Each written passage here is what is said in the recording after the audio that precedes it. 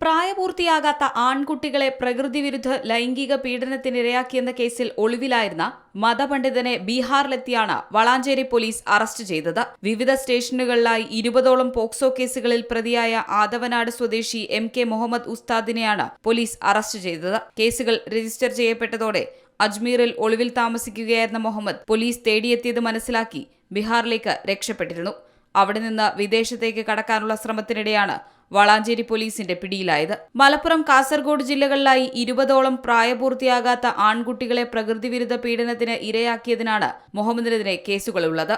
സംസ്ഥാനത്ത് തന്നെ ഏറ്റവും കൂടുതൽ പോക്സോ കേസുകൾ ഇത്തരത്തിൽ ഒരു പ്രതിക്കെതിരെ രജിസ്റ്റർ ചെയ്യുന്നത് ഇതാദ്യമായാണ്. പ്രായപൂർത്തിയാകാത്ത ആൺകുട്ടികളെ ഉപയോഗിച്ച് മസാജ് ചെയ്യിപ്പിക്കലാണ് ഇയാളുടെ രീതി. കുട്ടികളെ പ്രകൃതിവിരുദ്ധ പീഡനത്തിന് ഇരയാക്കിയതായും വെളിപ്പെടുത്തലുണ്ട്. പലരും ഭയം കാരണം വിവരം പുറത്തു പറഞ്ഞിരുന്നില്ല. വളാഞ്ചേരി പോലീസ് സ്റ്റേഷനിൽ 14 കേസുകളും താനൂരിൽ 4ഉം കാസർഗോഡ് ബേക്കൽ പോലീസ് സ്റ്റേഷനിൽ 2 കേസുകളും നിലവിലുണ്ട്.